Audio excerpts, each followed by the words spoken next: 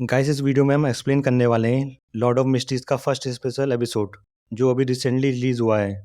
अगर जिसने भी इसे पहले नहीं देखा है, इसके पहले सीजन 1 के एपिसोड को नहीं देखा है, वो किसी और चैनल पर जाके एक्सप्लेनेशन देख सकता है। या फिर अगर आप चाहते हो कि मैं उन्हें एक्सप्लेन करूं तो कमेंट सेक्शन में ज़रूर बताएं। और इस एपिसोड को मैं 2 पार्ट में डिवाइड करूंगा। चलो चलते हैं इस एपिसोड की शुरुआत में, जहां हमें बताया जाता है कि ये दुनिया बियॉन्डर्स की है।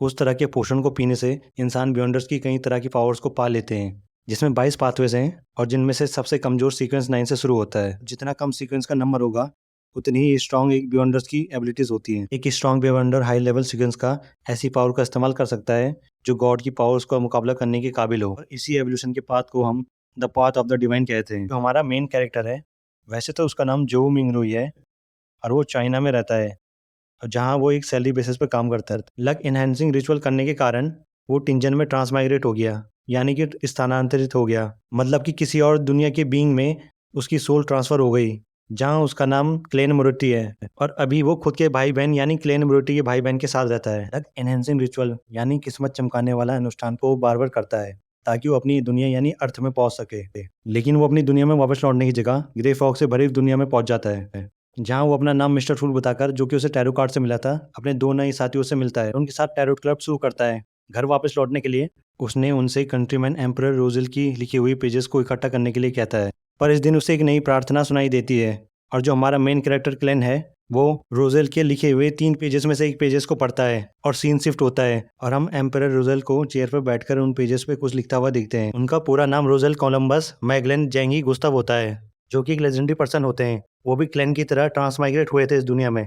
और अगर आप एम्परर रूरल के बारे में और जानना चाहते हैं तो कमेंट सेक्शन में बताएं।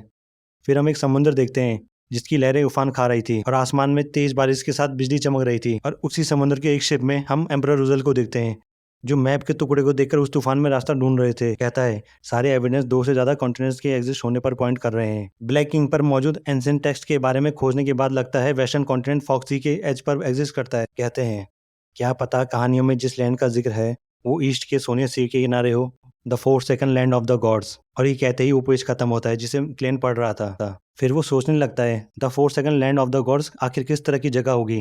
तभी उसे किसी की प्रार्थना सुनाई देती है जो कह रहा होता है, हे भगवान, हम लोग जो अंधेरे में रहते हैं, हमें हमारी किस्मत के श्राप यानी डेस्टिनी कर्स से आजाद कर दो। कृपया करके एक बार और सूरज और उसकी रोशनी को इस धरती पर पड़ने दो जिसे आपने बुला दिया है। क्लेन, जो हमारा मेन कैरेक्टर है यानी एमसी, सोचने लगता है क्या ये एक नई प्रार्थना है? कौन है ये महान देवता और ये छोड़ी हुई जमीन? उसके बाद क्लेन रेड कलर की बॉल को, जिसमें से आवाज आ रही थी, उसे अपने पास लेकर आता है और उस प्रार्थना करते हुए पर्सन को ग्रे फॉग की दुनिया में अपेयर करता है। उस पर्सन को ग्रे फॉग में एक परछाई दिखती है जिससे वो पूछता है क्या आप देवता हो? तो परछाई भी उसे बताती है वो कोई देवता नहीं बल्कि वो एक हिस्ट्री लविंग है, अ फूल। उस पर्सन का नाम डेरिक होता है और वो कहता है मुझे परवाह नहीं कि आप देवता हो या एक फूल, मेरी प्रेयर वैसी ही रहेगी। और कहता है मैं आपको अपना खून और आत्मा समर्पित करता हूँ, प्लीज हमारी सिटी ऑफ सिल्वर को उसके श्राप से आज़ाद कर दो। वो परछाई क्लेन की होती है जो कहता है मुझे किसी मॉर्टल के ब्लड और सोल में इंटरेस्ट नहीं, लेकिन मैं तुम्हें एक शानदार अपॉर्चुनिटी देता हूँ। उसके बदले में तुम्हें उसके बराबर का मूल्य चुकाना होगा। क्लेन उसे टैरो कार्ड में से एक कार्ड चुनने को कहता है जो कि उसे एड्रेस करेगा, यानी कि उसका कॉलिंग नेम। वो पर्सन यानी कि डेरिक सोचने लगता है द फूल, क्या हमारी सिटी ऑफ सिल्वर को बचाने की उम्मीद हो सकता है? वो टैरो कार्ड उसके चारों ओर घूमने लगते हैं और कहानी शिफ्ट होती है और कहानी फ्लैशबैक में चली जाती है। और फिर हम सिटी ऑफ सिल्वर को देखते हैं जहाँ सुनसान और अंधेरा होता है और चारों तरफ सन्नाटा होता है। वहाँ एक खेत में पति पत्नी और उनका बेटा ब्लैक ग्रास की फसल काट रहा था कि उसे आवाज आती है और पहाड़ों के ऊपर एक बुढ़िया को 2 हड्डियों बचाते हुए देखता है, जिसके पीछे 4 लोग कंधे पर एक डेड बॉडी को ले जा रहे थे। और वो बोलती है भगवान ने इस जगह को त्याग दिया है और सन यानी सूरज को वापस ले लिया है। अंधेरे से शैतान आए और सिटीज को बर्बाद कर दिया। अब धरती पर सिर्फ सिटी ऑफ सिल्वर ही बची है। डेथ के साथ डार्कनेस आती है और मौत नए जीवन को जन्म देती है। हमारा ईश्वर हमें आशीर्वाद दे। और इन सब के पीछे एक औरत उदास मन से चल रही थी, जिसे देखकर वो लड़का अपनी माँ से पूछता है उनके साथ क्या हुआ। और उस औरत के हाथ में खून से सनी तलवार होती है और उस बच्चे की माँ उसे बताती है बेटा, उसे कुछ दर्दनाक चीज से गुजरना पड़ा। यही सिटी ऑफ सिल्वर की डेस्टिनी है और कोई भी इसके शराब से बच नहीं सकता। वो बच्चा अपनी माँ से पूछता है शराब, किस्मत क्या होता है? क्या हम भी ऐसे ही बन जाएंगे? उसके फादर बोलते हैं हम दर्द सह सकते हैं और सिर्फ किसी उम्मीद का इंतजार कर सकते हैं। एक दिन देवता की नज़र फिर से इस जमीन पर पड़ेगी और उस दिन आखिरकार हमें इस शराब से मुक्ति मिलेगी।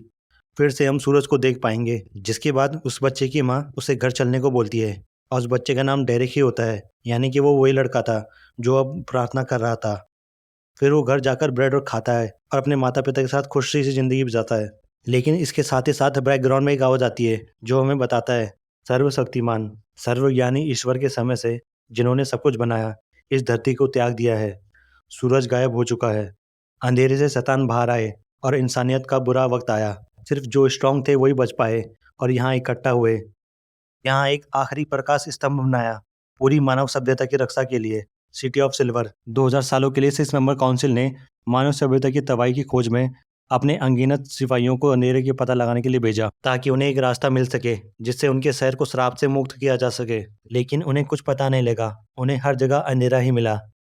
बाकी सारे शहर खाने की कमी से या किसी तरीके से बर्बाद हो चुके थे। सिर्फ सिटी ऑफ सिल्वर ही बची थी ब्लैक फेस्ड ग्रास की वजह से।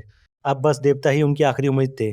फिर हम उस बच्चे यानी डेरिक को देखते हैं जो बड़ा हो चुका था। उसके माता पिता को बाकी सिपाहियों के साथ अंधेरे की खोज में मानव सभ्यता की सुरक्षा के लिए भेज दिया था, जहाँ उन्हें रास्ते में एक क्रिस्टल बॉल मिलती है और एक पत्थर पे कुछ गुदा हुआ था जिसमें दिख रहा था लोग उस पत्थर को गॉड को समर्पित कर रहे थे, लेकिन भगवान उन्हें कोई आशीर्वाद नहीं देते। फिर हम दो आदमी को देखते हैं और एक आदमी दूसरे आदमी को बताता है कि कुछ महीने पहले एल्डर लोविया अपने पति के साथ गई थी और उसने अपने पति को खा लिया था और वही बची। और पहले भी कई सारी अफवाहें सुनने को मिली, एल्डर लोविया ने अपने साथियों को भी खाया है। फिर से हमें डेरिक बताता है वो हर दिन भगवान की पूजा करता है, इस उम्मीद में कि उन्हें एक दिन सूरज की रोशनी दिखाई देगी और इस उम्मीद में कि उसके माता पिता सुरक्षित घर लौटेंगे। फिर से हम एल्डर लोवियो को देखते हैं जिन्हें कुछ महसूस होता है और ज़मीन के अंदर चट्टानों से हर जगह से कई सारे क्रिएचर उन पर अटैक करने लगते हैं। उन क्रिएचर की कई सारी आंखें होती हैं और वो सभी पर अटैक करने लगते हैं। यहाँ तक कि डेरिक के माता पिता भी उनसे लड़ने लगते हैं और वो क्रिएचर काफ़ी सारे तादाद में होते हैं जिनसे एल्डर लोवियो बचने की कोशिश करती है। तो गाइस, इस एपिसोड का नेक्स्ट पार्ट मैं जल्दी ही डालूंगा। तब तक के लिए स्टे ट्यून्ड।